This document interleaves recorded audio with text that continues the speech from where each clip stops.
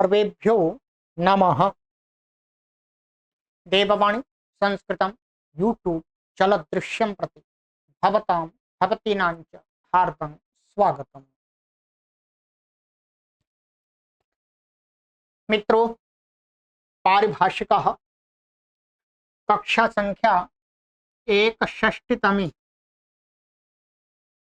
61वीं कक्षा को आज पढ़ेंगे। 60 कक्षाएं हमारी हो गई हैं।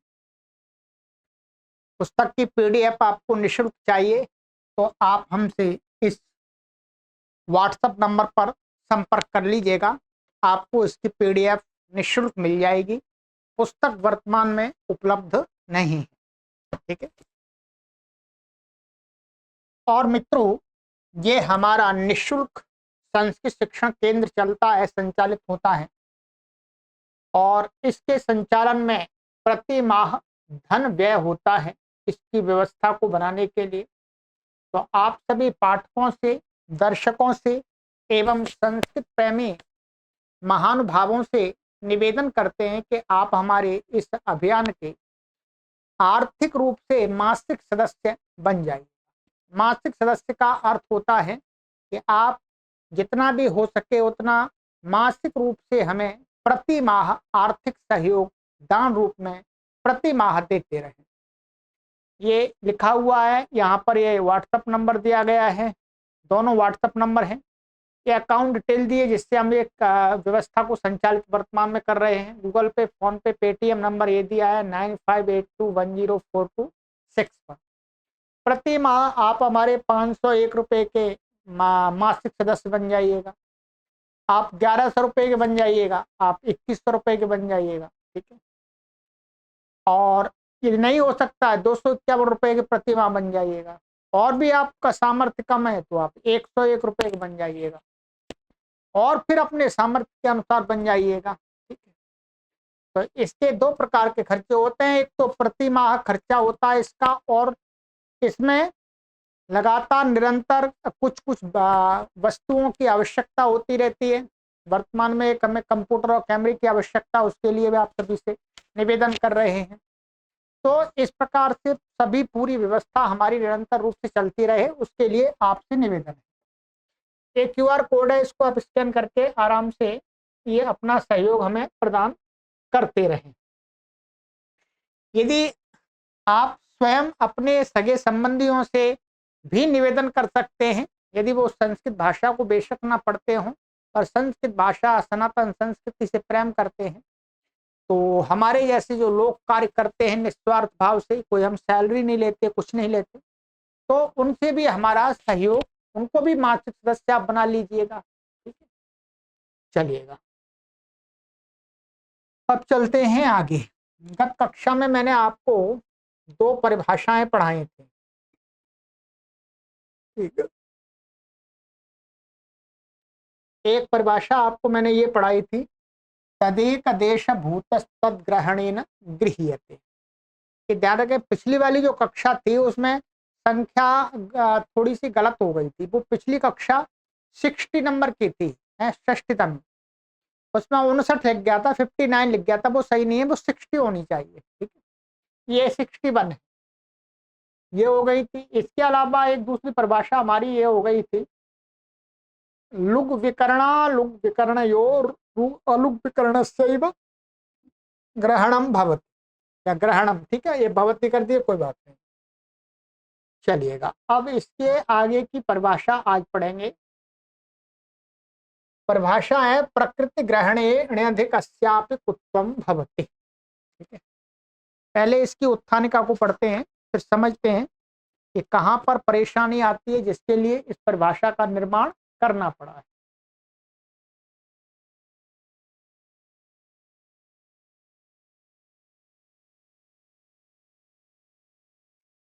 हेर चंग, इस 7वें अध्याय के तीसरे पाद का 56वां सूत्र है। इति चंग वर्जिते प्रत्यय हेनोतिर हकारस्य अभ्यासादुत्तरस्य कुत्वम विहितम। ये आप देखेंगे अष्टाध्यायी भाष्य में, ये हमने आपको सूत्र पढ़ाया था 7-3-56, ठीक है। हेर चंगे। इसका अर्थ ये था कि अभ्यास से उत्तर, ही माने जो ये धातु है हमारी ही गतऊ, ही गतऊ धातु है, उसके हकार को कवर्ग आदेश हो जाता है, माने कुत्व आदेश होता है कवर्ग। यदि चंग प्रत्यय परे ना हो तो ध्यान रखेंगे। पहली बात तो ऐसे ही धातु से जब कोई ऐसा प्रत्यय हो जिस प्रत्यय के कारण से ही धातु को द्वित्व हो, द्वित्व होगा तब उसको अभ्यास बनेगा पूर्वाभ्यास से, तब ये सूत्र कार्य करेगा। चंग के परे रहते भी क्या है, द्वित्व होता है, चंग के परे रहते भी द्वित्व होता है। इसलिए कहा कि चंग के परे रहते यदि धातु का द्वित्व होकर के अभ्यास बना है तो उस अभ्यास से उत्तर जो ही धातु है उसके हकार को कवर्ग आदेश नहीं होगा। उससे अन्यत्र यदि ही धातु का अभ्यास होता है और उस अभ्यास से उत्तर तो ही धातु का जो हकार है उसको कुत्व होगा। ठीक है, ये अर्थ है। तो चंग वर्जिते प्रत्यय हिनोते हकार से अभ्यासात उत्तम विहितम। तो हिनोती के वास्तव में हकार को ही होता है। ठीक है, आदे परस्य से उत्तर को कहा हुआ कार्य पर के आदि को होता है। ठीक है, तदत्र शंकेयमुत्थिता भवति इमुच्यते आचंगे इति। यहाँ पर कहते हैं कि तदत्र माने यहाँ हुआ, माने तदत्र मतलब हुआ क्या होती है, यहाँ पर शंका इयम उत्थिता होती है, शंका उठती है, क्या है, शंका उत्पन्न होती है, क्या होती है, किम उच्यते अचंगी। भाई यहाँ पर अचंगी क्यों कहा, भाई चंग क्यों कहा, यहाँ तो चंग का तो कोई मतलब ही नहीं है। कैसे नहीं है बताते हैं। इणी श्री दृष्टुभ्य कर्तरि चंग इति चंग प्रत्ययो ही नियंताद विधीयते। एक तो ये बात है कि चंग प्रत्यय उसका विधान करने वाला सूत्र कौन सा है, इणी श्री दृष्टुभ्य कर्तरि चंग। इनमें ये धातु पड़ी हुई है और ये का अण्यंत, ये ही धातु इन धातुओं में तो पड़ी नहीं है। इसके अलावा जो कोई भी धातु हो अण्यंत, उससे लुंग के परे रहते चिली के स्थान में चंग होता है। तो ये धातु कहते हैं कि वो तो चंग जो प्रत्यय का है भाई, वो तो अण्यंत धातु से विधान किया गया है। ही धातु क्या है, ही अकेली अलग होगी, जब उससे अण्यंत उसको नीचे आ जाएगा तो वो अलग हो जाएगी, है उसकी अलग फिर सनातनता धातुवा से धातु संज्ञा होगी। एवं चंग प्रत्यय परतो निजंतमेव हिनोते रंगम भवति न तो केवलो हिनोति। तत्राभ्यास निमित्ते प्रत्यये परतो हे रंगस्य उत्तम इत्येवं रूपे सूत्रार्थे विज्ञायमाने निजन्तस्य हिनोते कुत्वस्य प्राप्तिरेव नास्ति। तत्किम अचंगे इति प्रतिषेधेन। इस प्रकार से चंग प्रत्यय के परे रहते ऋजंतमेव हीनोति अंगम भवति। माने चंग तो आएगा, वो तो ऋजंत से आएगा, तो चंग के परे रहते जो अंग संज्ञा होगी वो किसकी होगी, ऋजंत हिनोति की। ठीक है, भवति न तो केवल हो हिनोति, हिनोति की केवल नहीं होगी, मैंने ही धातु की अकेली की नहीं होगी। तत्र अभ्यास निमित्ते प्रत्यय, अब वहां पर क्या होगा, चंग के परे रहते जब द्वित्व करेंगे, अड्यंत ही का द्वित्व होगा, तो तत्र अभ्यास निमित्ते प्रत्यय परता, तो वहां पर क्या अभ्यास का निमित्त माने चंग है, चंग में चंग के कारण द्वित्व होगा, द्वित्व के कारण फिर अभ्यास संज्ञा होगी। तो चंग अभ्यास निमित्ते प्रत्यय परता हे अंगस्य कुत्वम, माने अभ्यास के निमित्त प्रत्यय के परे रहते ही के अंग को कुत्व इति एवं रूपे सूत्रार्थे विज्ञा, माने सूत्र का, अच्छा सूत्र का अर्थ क्या होगा ध्यान रखेंगे। ये यहाँ पर चंकन लग रहे। कहते हैं इस सूत्र का अर्थ ये है कि अभ्यास का निमित्त प्रत्यय परिरते जो ही अंग हो अकेला। चंग जब आता है तो चंग के परिरत तो णजंत ही अंग बनता है, ठीक है। और चंग नहीं आएगा तो अभ्यास का निमित्त जब प्रत्यय होगा तो उसका अंग जो ही अकेला। तो एवं सूत्र सूत्रार्थे विज्ञायमाने जानने ज्ञापित होने पर, क्या ज्ञात होने पर, णजन्तस्य हिनोते कुत्वस्य प्राप्तिरेव नास्ति। भाई जो णजंत जो होगी यहाँ पर क्या होगा, वास्तव में ऐसा हो जाएगा, ये ही और इणिच, इसको ये बन जाएगा हमारा हाई बन जाएगा, ठीक है। क्या बन जाएगा, हाई। ये धातु क्या बन जाएगी, हाई, ध्यान रखेंगे। ये ऋणयंत्र धातु बन गई। अब यहाँ पर हम इसको क्या करेंगे, लुंग लकार लाएंगे, ये तिप का ता आ जाएगा, चली आए चली को यहाँ पर चंग हो जाएगा, ध्यान रखेंगे। अब यहाँ पर दुत ऐसा होगा। अब यहाँ पर चंग के मन ये माने इसको दुत्त करेंगे, इसको द्वित्व करेंगे। तो जब इसको द्वित्व करेंगे, वो इसको मानकर द्वित्व करेंगे, तो जो अंग है, अंग इसकी संज्ञा होगी, ध्यान रखेंगे। अभ्यास का निमित्त क्या प्रत्यय बनेगा, ये, और इसके परिवर्ते अंग किसकी संज्ञा होगी, हाई की। यहाँ अभ्यास और आ जाएगा, जो भी आएगा भी उस पर बात नहीं करेंगे, ठीक है। यहाँ ये अंग होगा, तो यहां पर तो चंग के परिवर्ते तो ये अंग होगा, और सूत्र में कह रहे हैं ही अंग चाहिए, तो चंग के परिवर्ते ही अंग मिलेगा ही नहीं कभी। अभ्यास का निमित्त प्रत्यय के परिवर्ते ही अंग नहीं मिलेगा, चंग के परिवर्ते। तो वही कहते हैं, तो कुत्त की प्राप्ति नहीं है यहाँ तो कुत्त की प्राप्ति नहीं है। नास्ति तत्किम अचंगी इति प्रतिषेधेन। फिर यहाँ पर अचंगी सूत्र में, हेर चंगी में अचंगी क्यों पड़ा, उसकी कोई आवश्यकता नहीं है, यहाँ नहीं करना है और यहाँ प्राप्त भी नहीं हो रहा। ये ही धातु नहीं रही, अब ये हाई धातु बन गई।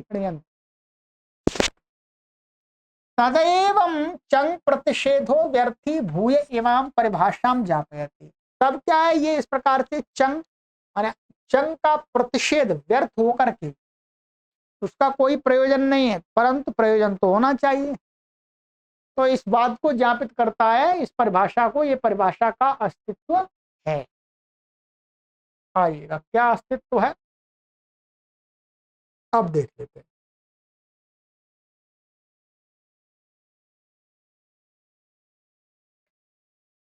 प्रकृति ग्रहणेऽधिकस्यापि कुत्वं भवति।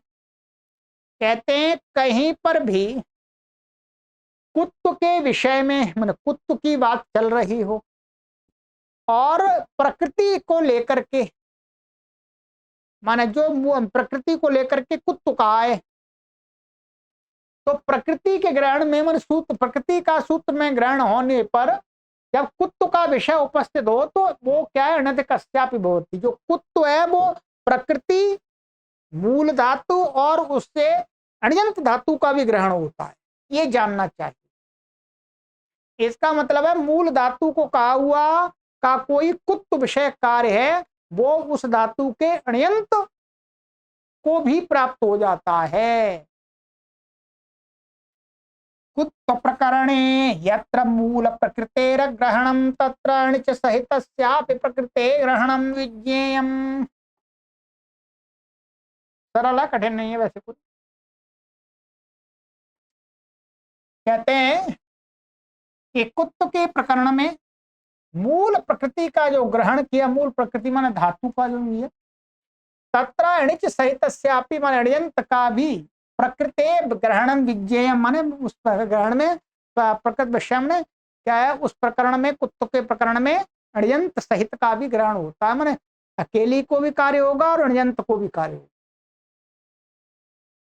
तदेवं ज्ञापिते ह्यस्मिन् अर्थे हेरचङि इत्यस्मिन् सूत्रे हि यत्यनेन हायि इत्येतस्य अण्यन्तस्यापि ग्रहणं भवति।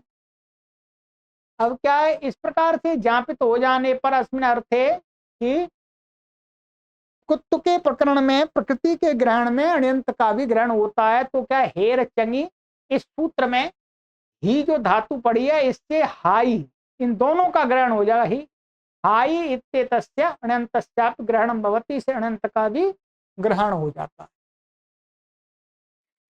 ततश्च हेण च चंग ता, ध्यान रखेंगे ये क्या है, ये अण्यंत की स्थिति दिखा दी इन्होंने। तब क्या होगा, ये ही धातु से अणिच आया, फिर चंग आया और ये हो गया। ठीक है, ये पदन्वाख्यान हो गया। ठीक है, वो पद विभज्यान्वाख्यान, क्या है, पद विभज्यान्वाख्यान ये हो गया, सीधा दिखा दिया। एक वन क्या सीधे, ही अणिच चंग ता, इसका क्या बनता, अजी हयत। अभी सिद्धि तो हमें करनी नहीं वास्तव में, ये हो गया। अब यहाँ पर क्या है, ये इसको इसको इसको अब इसको मान करके इसको दुत्त होगा हा, हाय हाई हाई। तो इत्यत्र अपि अभ्यासात उत्तरस्य हे कुत्वम स्यादेव। तो यहाँ पर भी चंग के प्रति जब इसको दुत्त होगा तो उस अभ्यास से उत्तर, ये अभ्यास है इसमें, तो इससे उत्तर जो ये हा, तो इसको भी क्या है, हेर चंगी से कुत्त प्राप्त होता है, प्राप्त होता है परंतु करना तो नहीं है, है? तो कुत्त प्राप्त होता है, हे कुत्तम स्यादेव हो ही जाना चाहिए, परंतु कहते हैं एवं कुत्तम वारयितुम अचंगित प्रतिषेधो सार्थको भवति। इस प्रकार से यहाँ करना नहीं है, तो यहाँ कुत्त को हटाने के लिए फिर अचंगी का माने चंग के परे रहते नहीं हो, तो नहीं होता है, सार्थक हो गया ये अचंगी पढ़ना। अन्यत्र चेदम फलम, और दूसरी जगह इसका फल ये मिल गया। एक तो यहाँ अचंगी सार्थक हो गया और इससे परिभाषा निकल आई, परिभाषा अब दूसरी जगह काम कर देगी। क्या, प्रहायितुम इच्छति प्रजिघाय इष्यति इत्यत्र अण्यन्तात् हाई इत्यस्मात् सनि प्रत्ययेभ्यासोत्तरस्य हकारस्य कुत्वं सिद्धं भवति इति। अब देखिएगा ये क्या है, ये प्र ने ये अण्यंत धातु बना लिया हमने, ये बनाई है जिसमें प्र और साथ में ले लिया है प्र। तो अब प्रहाई तुम, ये यहाँ प्रहाई तुम ने प्रहाई से तुमन प्रत्यय ला करके प्रहाई तुम इच्छति, इस अर्थ में क्या है, धातो कर्मण समान कर्तृकादिच्छायाम वह। इस सूत्र से क्या है, प्रहाई माने प्रहाई अण्यंत से, अण्यंत प्रतो सबसे पहले लग रहा है हाई, इससे सनी प्रत्यय लाए, क्या लाए, सन लाए।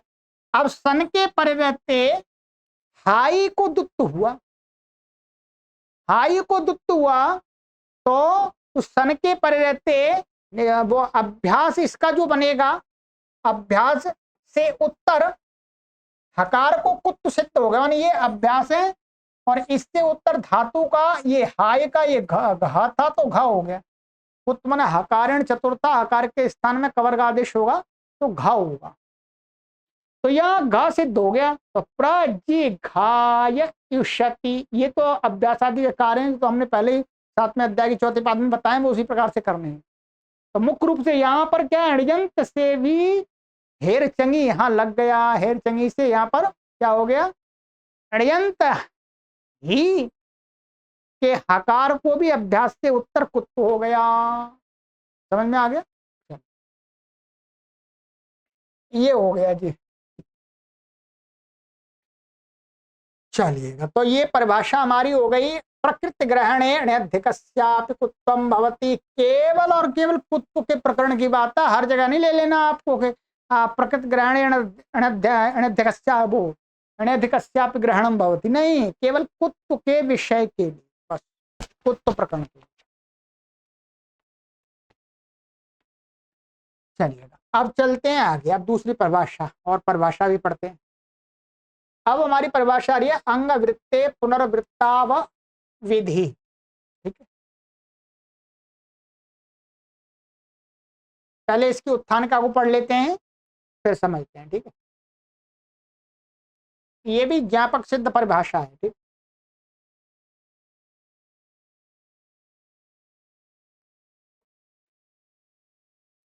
ज्यादा दियसः 6-4 इति ज्यायान इति शब्द सिद्ध्यर्थम ज्या इत्येतस्मात् परस्य ईयस् इत्येतस्य ईकारस्याकारादेशो विधीयते।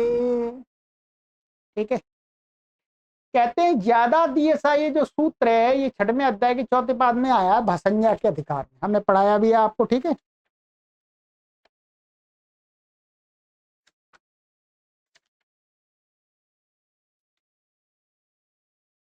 ये 160 नंबर का। यहाँ पर क्या है, ज्यायान ये बनाना होता है शब्द सिद्धि के लिए। ज्या इस शब्द से परे ईयसुन प्रत्यय का जो ईयस बचता है उसके ईकार को आकार आदेश किया जाता है, दीर्घ आकार। ठीक है, विधान किया गया है ज्यादा दियस। अब कहते हैं परम एतत्तु अंतरेणाप्याकारादेश विधानम सिद्ध्यति। भाई आपने इसको मत करो, जैसे उत्तर ई सुन के ई को आ मत करो। कहते परम एतत्तु, परंतु ये तो अंतरेणापि आकारादेश विधानम सिद्ध्यति, ये तो बिना आकार किए, बिना आकार के आदेश के बिना ही सिद्ध हो जाता है। तो कहते हैं कथम अंगूठा दिखा करके कहते हैं कथम बहोरलोपो भूच बहो इत्येतस्मात् लोपः इत्यन्वर्त्य ईयसा इत्येतस्य ईकारस्य च लोपं विधाय अकृत सार्धातुकयोर दीर्घ इति ज इत्येतस्य पूर्वस्य आकारस्य दीर्घत्वेन सिद्धम्।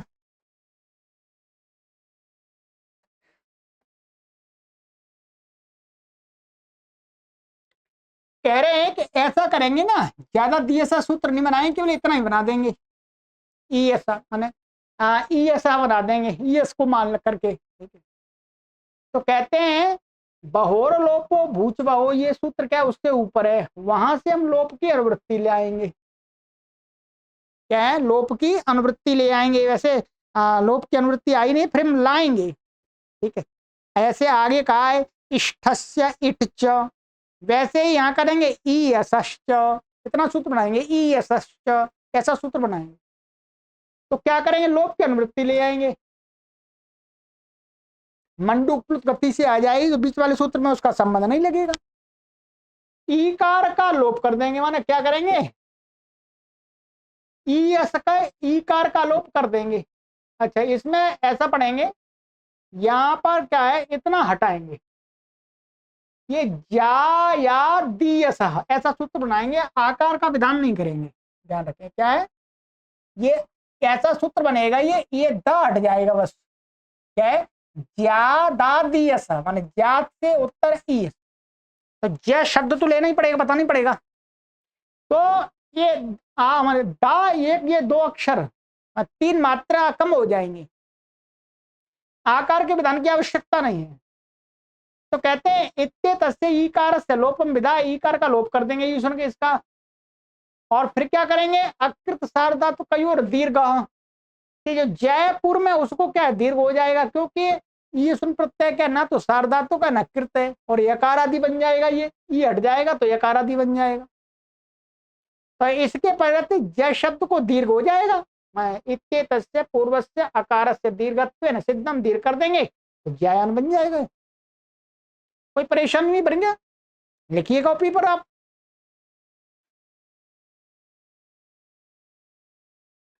तो कहते हैं तदेवं सिद्धे सति यदाचार्य आकारादेशं विदधाति तज्ज्ञापयति मां ज्ञापक सिद्धां परिभाषाम। कहते हैं इस प्रकार से सिद्ध होने पर भी आचार्य जो आकार का विधान कर रहे हैं, तो उससे इस परिभाषा को ज्ञापित करते हैं कि ये परिभाषा है। कौन सी परिभाषा है, उस परिभाषा के होने पर यह सिद्ध नहीं होगा। अंग वृत्ते पुनरावृत्ता विधि, ये ज्यादा दिए सूत्र पर ही महाभाष्यकार ने इसको उठाया है।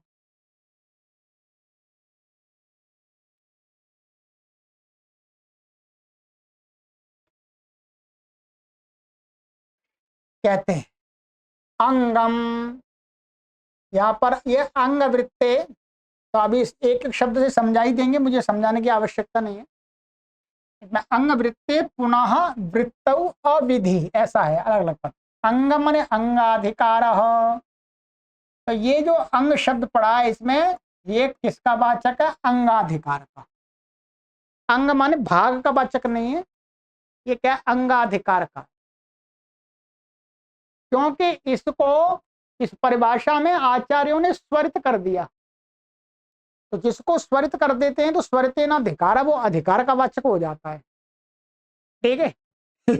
महर्षि पाणिनि और दूसरे आचार्य भी जिसको अधिकार सूत्र बनाना हो, अधिकार अर्थ जो ज्ञापित करना होता है तो उसमें स्वरित कहते, तो स्वरित कर दिया इस परिभाषा के अंग शब्द को। तो कहते हैं अंग शब्द का अर्थ है अंगाधिकार। वृत्त, वृत्त का अर्थ है यहाँ पर निष्पन्न। निष्पन्न माने संपादित, निर्मित, कोई बनाया हुआ। अब फिर इसका समास कर दिया, अंगे वृत्तम अंग वृत्तम सुप सुपा इति समासः, सुप सुपा से समास कर दिया। अंगे वृत्तम अंग वृत्तम माने अंगे वृत्तम का अर्थ हो गया अंग के अधिकार में, वृत्तम माने संपन्न, अंग के अधिकार में किया हुआ कोई कार्य, ये हो अर्थ हो, उसके होने पर सप्तमी है ये। ठीक है, आगे कहते हैं वृत्तौ माने प्रवृत्तौ सत्याम। इसके अब ये वृत्तौ है यहाँ पर, ये इसका विशेषण बनेगा। अंगाधिकारे मन अंग के अधिकार में निष्पन्न हुआ कोई कार्य की प्रवृत्ति होने पर, कार्य अथवा सूत्र ऐसा भी कह सकते हैं। तो वृत्तौ का अर्थ प्रवृत्तौ सत्याम, प्रवृत्ति होने पर। अविधि अर्थात अविधानम, अविधि, ये अवधि नहीं है, अविधि। अविधि का अर्थ अविधान माने विधान नहीं होता, माने विधि नहीं होती, ऐसा कह सकते हैं। ठीक है, ये तो इसका फुटकर अर्थ हो गया। अब इसका एक साथ अर्थ ले लिएगा। अंगाधिकारे माने 6वें अध्याय के चौथे पाद के प्रथम सूत्र से लेकर के 7वें अध्याय के चौथे पाद के अंतिम सूत्र तक कस्मिंश्चित् कार्ये निष्पन्ने सति पुनः अन्यस्य अंगाधिकारीयस्य कार्यस्य प्राप्तौ सत्याम तन्न भावाति। अंग के अधिकार में किसी कार्य के संपन्न हो जाने पर फिर दोबारा अन्य किसी अंगाधिकार के, अंग के अधिकार में ही कोई कार्य प्राप्त हो, कार्य की प्राप्ति होने पर वो कार्य नहीं होता है। ये इसको आपको हर जगह सिद्धांत नहीं लगाना है, ध्यान रखें। ये जो परिभाषा लगेगी ये वही लगेगी इष्ट सिद्धि में, ध्यान रखें। हर जगह मन लगाइएगा कि अंग के अधिकार में किसी शब्द में एक कार्य हो गया तो फिर दूसरा अंग के अधिकार वाला कार्य नहीं होगा, ऐसा नहीं है। परंतु ये जो दोष आ रहा है, ये कुछ कहीं कहीं पर ये भी प्रवृत्ति दिखाई देती है आचार्य पाणिनि की कि अंग के अधिकार का एक कार्य हो जाने पर उसी प्रकृति और प्रत्यय में दूसरा कार्य नहीं होता है। वैसे काफी जगह होता भी है, परंतु इस परिभाषा से ये हमें सिद्ध करना है इष्ट सिद्धि के लिए, ध्यान रखें। आप देखिएगा, अब इसको उदाहरण में घटाएंगे।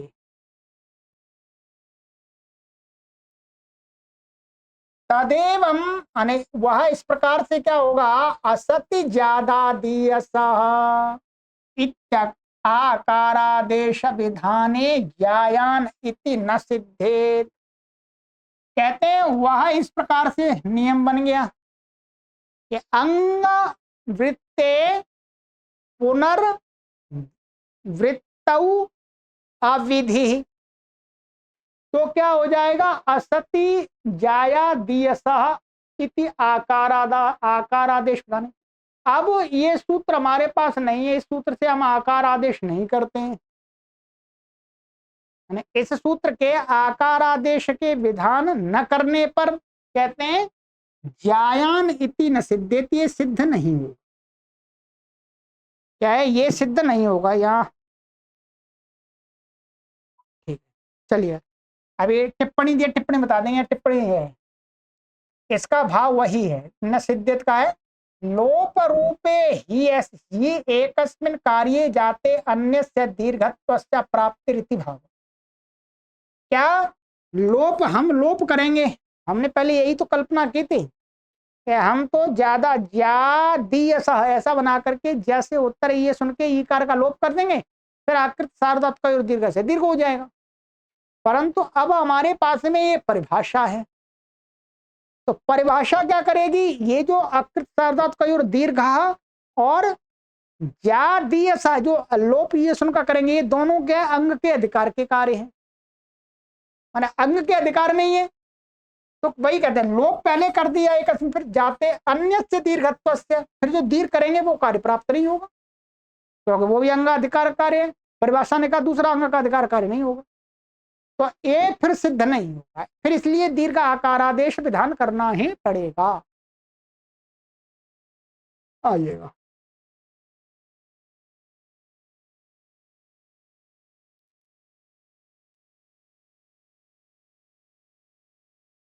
एवं चाकारादेश विधानम सार्थकम जातम, इस प्रकार से है। और फिर क्या है, आकारादेश, दीर्घ आकारादेश का विधान सार्थक हो गया, सार्थक हो गया, अर्थात अब ये आकार आदेश होकर के ज्यायान बन जाएगा, कोई परेशानी नहीं है। क्योंकि तो ये परिभाषा है हमारे पास में, इसलिए यहाँ पर प्राप्त नहीं था। तो माने परिभाषा का अस्तित्व पहले था, ठीक है, था, तो इसलिए ये बता रहे हैं, ठीक है।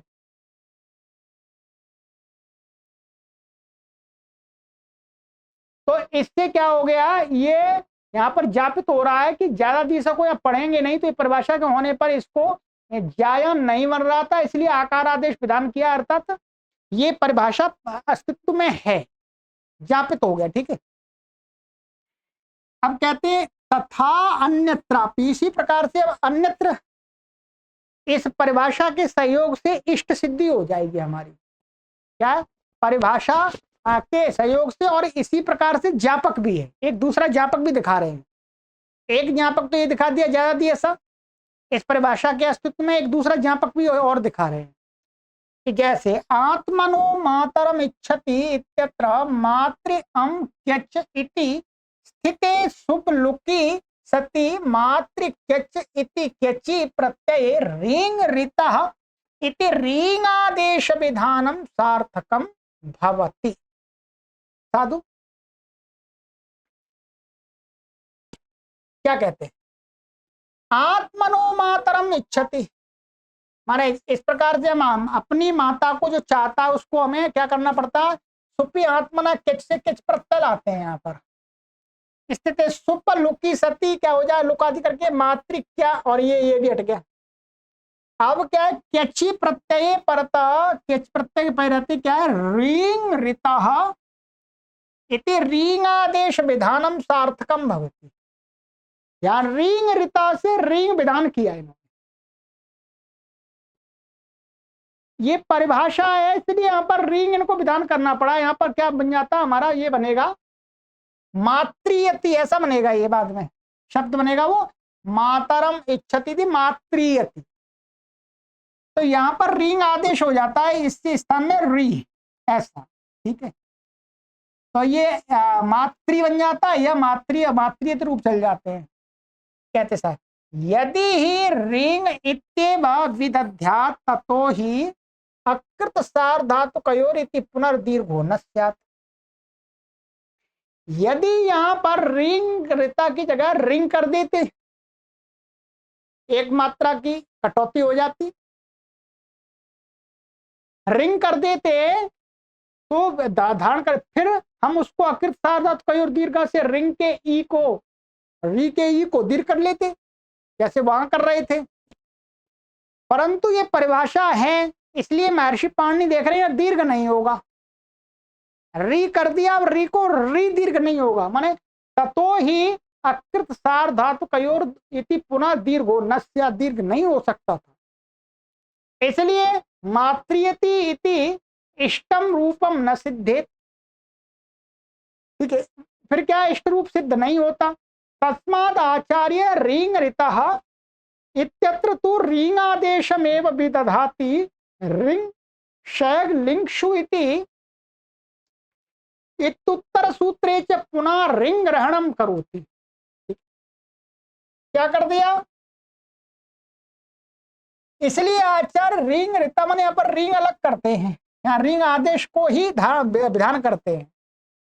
और फिर आगे रिंग रिंग शैग लिंगशु, फिर आगे रिंग पढ़ते हैं, दूसरा रिंग पढ़ते हैं। रिंग पढ़ करके सूत्र में क्या है, इति उत्तर सूत्र जब पुनः पुनः रिंग का ग्रहण करते हैं। रिंग का ग्रहण यहां से ही कर देते तो ये शब्द सिद्ध नहीं होता मात्रियति, और उसकी अनुवृत्ति इसमें तो आ सकती थी। तो रिंग और रिंग दोनों का अलग विधान करने से ये ज्ञापित होता है कि ये परिभाषा है। रिंग को विधान करके अकृत सार्वधातु कयो दीर्घ से आप दीर्घ नहीं कर सकते, क्योंकि दोनों ही अंग के कार्य, पहले कोई भी हमने अंग का कार्य कर लिया, फिर दूसरा अंग का कार्य नहीं हो। ठीक है। अथ च जानाति जायते इत्यादि सिद्ध्यर्थम जा जनोर्जा इति दीर्घम जा इत्यात्मकम आदेश विधानमपि अस्याह परिभाषाया सत्यामेव चरितार्थम भवति। और बता रहे हैं जी,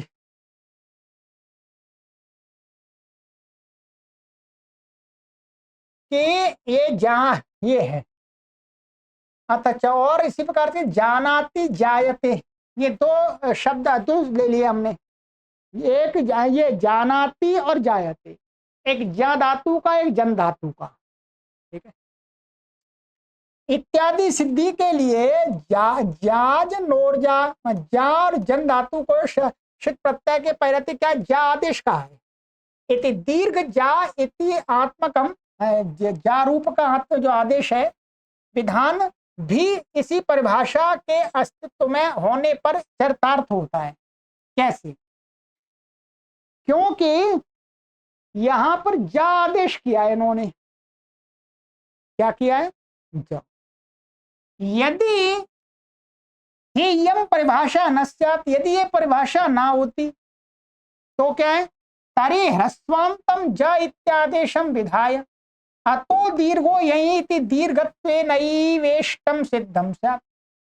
यदि महर्षि पाणिनि जी देख रहे हैं कि परिभाषा नहीं है, अंग वृत्ते पुनर्वृत्ताव विधि, तो क्या करते महर्षि पाणिनि, जा की जगह ज पढ़ देते हैं, जा पढ़ देते, जा आदेश हो जाता जा और जन को, और फिर क्या है इसमें यहां पर ना के परे रहते और या के परे रहते, अतो दीर्घो यही, ये सार्वधातुक प्रत्यय हैं ही दोनों, तो इसके परे रहते क्या दीर्घ हो जाता, जा को जा हो जाता है, इष्ट सिद्ध हो जाता।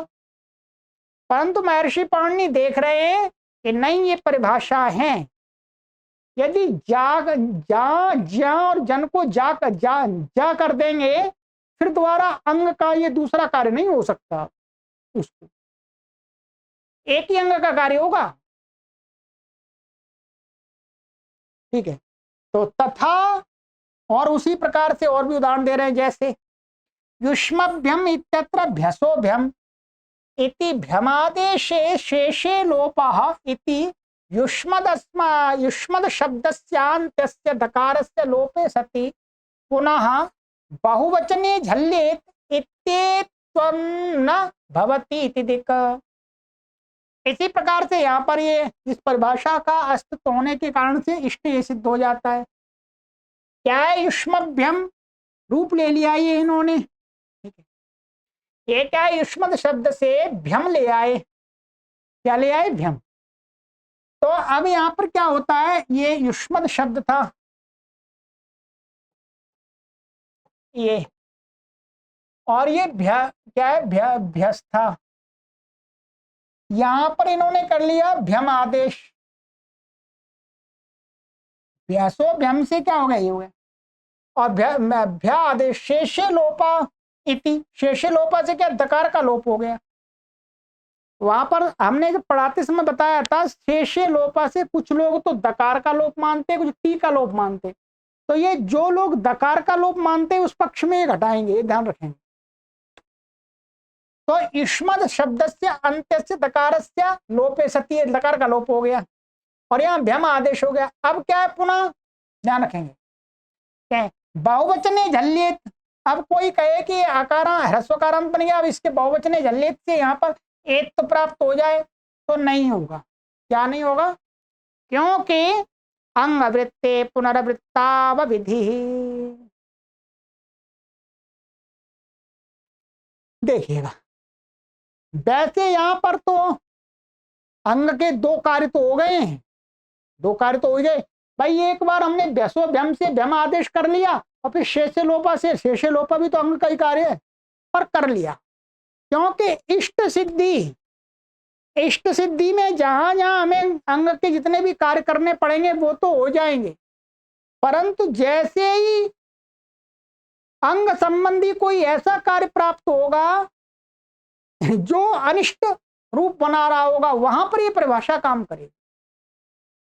ठीक है, इस बात को महाभाष्यकार ने बता दिया है, ध्यान रखेंगे। ठीक है, ये मेरे पास दूसरी पारिभाषिक है, उसने इस बात को क्लियर कर दिया है, यहां पर तो नहीं किया, यहां तो इतना ही छोड़ दिया है। ये मैं आपको पढ़ के बता देता हूं।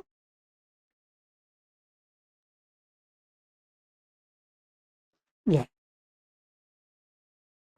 अंत में अंगाधिकारे एकस्मिन् विधौ प्रवृत्ते सती पुनः अन्यस्य विधे प्रवृत्तौ विधानम प्रवृत्तौ विधानम न भवति। ये तो अर्थ है। अथ भाष्ये निष्ठितस्य इति पदम नियोजितं तेन प्रयोगार्हस्य संपन्नस्य प्रवृत्तौ अभिधानम। ठीक है, यदा तु खलु प्रयोगः अनिष्पन्नः तदा तु अनेकेषां विधीनां प्रवृत्तिः भवति। यहां पर भाष्यकार ने इस परिभाषा में एक पद लगाया, निष्ठितस्य। निष्ठितस्य का अर्थ है कि इष्ट शब्द बन गया, इष्ट शब्द बन गया, फिर भी कोई अंग की विधि प्राप्त हो रही है तो वो नहीं होगी। वही निष्ठितस्य इति पदम नियोजितम तेन प्रयोगार्हस्य संपन्नस्य प्रवृत्तौ, माने प्रयोग के योग्य जो इष्ट शब्द है वो तो बन गया, फिर भी कोई सूत्र और प्राप्त हो रहा है अंग संबंधी, तो कहते हैं अविधानम। तब जाकर के अविधान माने वो विधि नहीं होगी। ठीक है, जैसे मैंने आपको बताया यहां तो दो हो गए ना वैसो व्यम में। ठीक है, और भी अनेक जगह अंग के दो दो कार्य हो जाते हैं, कोई परेशानी नहीं है, परंतु इष्ट शब्द तैयार हो गया फिर भी कोई कार्य और प्राप्त हो रहा है, तो वो रोकने के लिए परिभाषा है। ये बात समझ में आ गई हो तो ठीक है, नहीं तो आपको ये महाभाष्य में समझ में आएगी। ठीक है, तो वही अनिष्पन्न, यदि प्रयोग के योग्य भी शब्द बना ही नहीं, तैयार नहीं हुआ, और एक अंग की विधि हो गई, अंग का कार्य हो गया, तो और भी अंग का कार्य हो जाएगा। कहते हैं यदा तो खलु प्रयोगा निष्पन्न तदा तो अनेकेषां विधीनां प्रवृत्ति होती, तब तो अनेक विधियों की प्रवृत्ति हो जाएगी अंग संबंधी। ठीक है, चलिएगा, तो सत्यांचास्यां परिभाषायां अंगाधिकारी भ्यामादेशे प्रवृत्ते पुनः अंगाधिकारी एकत्वं न भवति, वो बताई दिया। ठीक है, तो ये परिभाषा यही कहती है। तो इसमें हमें जहां पर अंग के कोई कार्य हो गए और फिर दूसरे कार्य भी प्राप्त है, और उस प्राप्ति से कोई अनिष्ट रूप बन रहा है तो उसके निवारण के लिए ये परिभाषा है। इष्ट सिद्धि की प्राप्ति के लिए तो अंग के 1 2 3 भी कार्य हो सकते।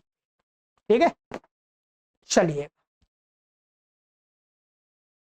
ये हो गई 2 परिभाषाएं आज हमने आपको पढ़ा दी हैं। ठीक है, अब अगली परिभाषा बहुत ही महत्वपूर्ण है। उपपद विभक्ते कारक विभक्तिरबलीयसी सर्वेभ्यो नमः। आप निरंतर हमारे साथ जुड़े रहें और अपने मित्रों को भी अवश्य जोड़ते रहें संस्कृत भाषा के प्रचार प्रसार के लिए, उनको सीखने के लिए, सिखाने के लिए।